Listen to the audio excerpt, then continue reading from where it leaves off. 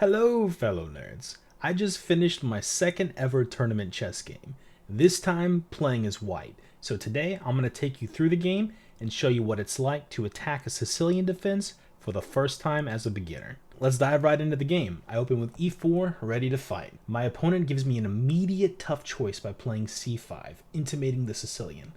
The reason this is so tricky for me is I've never played the Sicilian. In online games, I always play c4 in response, also known as the Stoughton-Cochrane, because I don't know any theory, and theory kinda seems important to play the Sicilian well. But here's the issue. I got to this tournament right as it started, and I spent the first 5 minutes of my game looking for my pin that I dropped outside. So when I got back to the board, I thought, screw it. Let's play the main line and see what we can figure out over the board. So that's what we did. Knight to f3. Unfortunately, my opponent is extremely crafty and they play a6 in response. This is something called the O'Kelly variation, and if you look at the Masters database, you'll notice that one line in particular has a terrible win rate against the O'Kelly, the most common thematic idea in the Sicilian, d4. So thankfully I don't know anything about how dangerous this line is, and I walk right into the trap and play d4 anyway. This whole sequence encapsulates why I love chess so much, because it really teaches you about yourself. I remember thinking over the board that my opponent wants to play the Najdorf and doesn't know the theory, so this game will be easy. The ego! I've never even played the Sicilian, so how can I think such a thing? Yet thanks to chess, I am confronted with this poor thinking behavior, and now I have the opportunity to fix it going forward. After the usual development, here comes bishop to b4, and the O'Kelly rears its ugly head.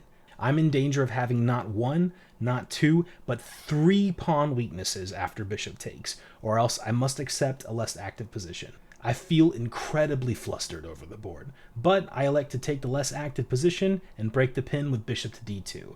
At least my structure is preserved for the moment. Black brings another piece into the game, so I take the opportunity to turn my light-squared bishop into a monster on c4. This also tactically defends the e4 pawn, because after the exchange on c3, if the black pony comes in, I have the punishing queen to d5, threatening mate and winning the knight. Black takes more space with b5, and I decide to keep some pressure on the black king and the bishop pair by dropping to b3. Here, my opponent makes, in my estimation, their first serious mistake of the game. After thinking on my time, they meet bishop to b3 with h6. h6 is a prophylactic move designed to stop my pieces from coming to g5. The problem is I don't want to go there. None of my pieces belong on g5 yet. The bishop going there reopens the pin, and the knight drops its pressure on the e5 pawn and can be lazily swatted away after the fact by playing h6. It's a pointless move in this position. So the move I want to play in response is knight to d5, but it does drop a pawn after exchanging on d2. I'll pause for just a second to mention that here is where I can really grow as a player, because I stopped calculating after seeing that my queen was under attack and the knight can be reinforced with f5. But if I had spent some of my classical time, and I had plenty to spare, I might have reasoned that the black king has no safety and the position is strong enough for white to be dominating even down a pawn. Instead, I transferred my queen to e2, reinforcing my pawn on e4 and opening space for my next move. Black protects the pawn on e5 with d6, and we enter the common Najdorf structure with the backward black pawn on d6. Here, I need to decide between several good moves, because I now have a weakness I want to attack on d6. I also want to bring my king to safety. I can solve both problems at once with the move long castles, but after thinking about it, I just don't like the counterplay black can generate. They've already advanced the pawns and are much quicker to a queenside attack than I am to a kingside one. Instead, I elect to play rook to d1, indirectly attacking the pawn if the position opens up. This whole opening sequence has me incredibly flustered, so I walk away from the board to clear my head. I splash some water on my face, drink some tea, and try to come back more focused. I really think it worked too, because when I sat down at the board and noticed black had castled, I immediately played knight to d5. I don't really need to think about it anymore. I've been under pressure the entire game, and I need to generate counterplay if I want a chance to win. My opponent decides to swap bishops on d2, so I take the only way that is logical with the rook, and I wait for what is next. It turns out the single threat was all I needed to force my opponent into trading away their most active piece and making a mistake with bishop to e6. I did miss an advantage here because of poor calculation, but after the knight exchange on f6, black must recapture with the queen to preserve their kingside defense, and I saw I could win the pawn on d6 with my rook. However, after rook a to d8, I could not find a better move than trading rooks, and my attack is over.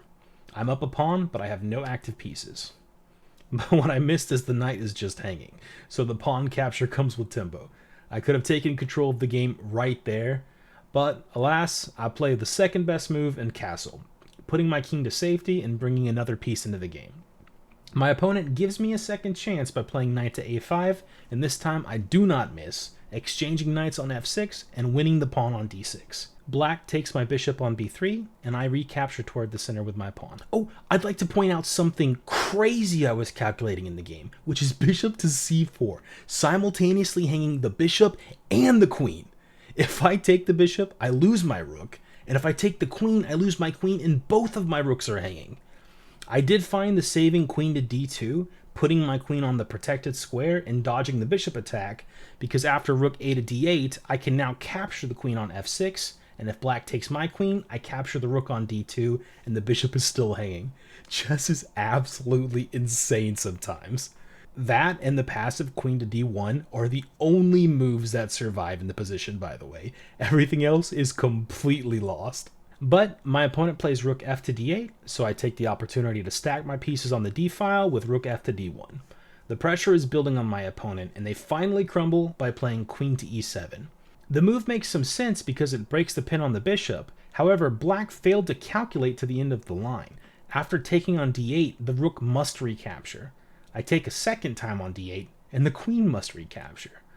The e5 center pawn now falls, and here my opponent must have seen the two undefended pieces in my position can be forked by queen to d4 or queen to g5, but they missed that the knight has a beautiful retreating square that covers everything. Knight to d3, and my position is unassailable. I knew that I was winning here, and while my opponent was calculating, I started really hoping they would play the move bishop to h3, and sure enough, after a few minutes, they play the attacking bishop to h3, threatening a mate in 1. Here I get to unleash the devastating f4, simultaneously attacking the queen and defending the mating square with my own queen. What's so great about this move is that at a minimum it forces the queen trade, because both pieces are currently hanging. Black can play queen or bishop to g4, allowing me to trade queens, or they can retreat the queen to g6, maintaining the pin on the g2 pawn.